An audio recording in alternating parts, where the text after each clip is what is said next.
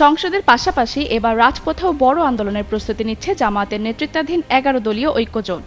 তাদের মূল দাবি জুলাই সনদ ও গণভোটের গণরায় বাস্তবায়ন। ত্রয়োদশ সংসদের প্রথম অধিবেশন থেকেই সংবিধান সংস্থার পরিষদ গঠন সহ জুলাই সনদ বাস্তবায়নের দাবিতে নিজেদের অবস্থান জানিয়ে আসছে এই জোট। সুস্থ জীবন,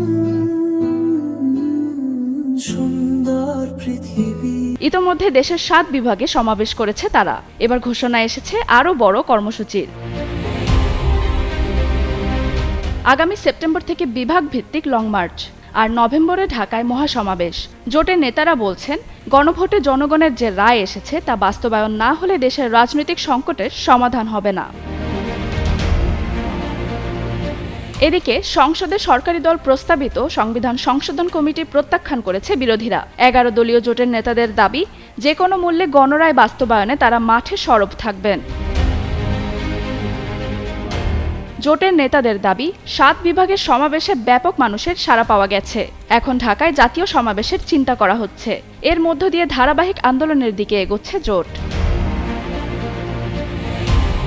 এদিকে ঐকমত্য কমিশনে জামায়াতের উত্থাপিত আনুপাতিক হারে আসন নির্ধারণ সহ বেশ কয়েকটি প্রস্তাবে বিএনপির নোট অব ডিসেন্ট ছিল। ১১ দলীয় জোটের দাবি, এসব বিষয়ে কৌশলে গণভোটে এড়িয়ে যাওয়া হয়েছে। তাই এখন গণভোটের রায় বাস্তবায়নের দাবিতে কঠোর অবস্থান ধরে রাখতে চাইছে তারা।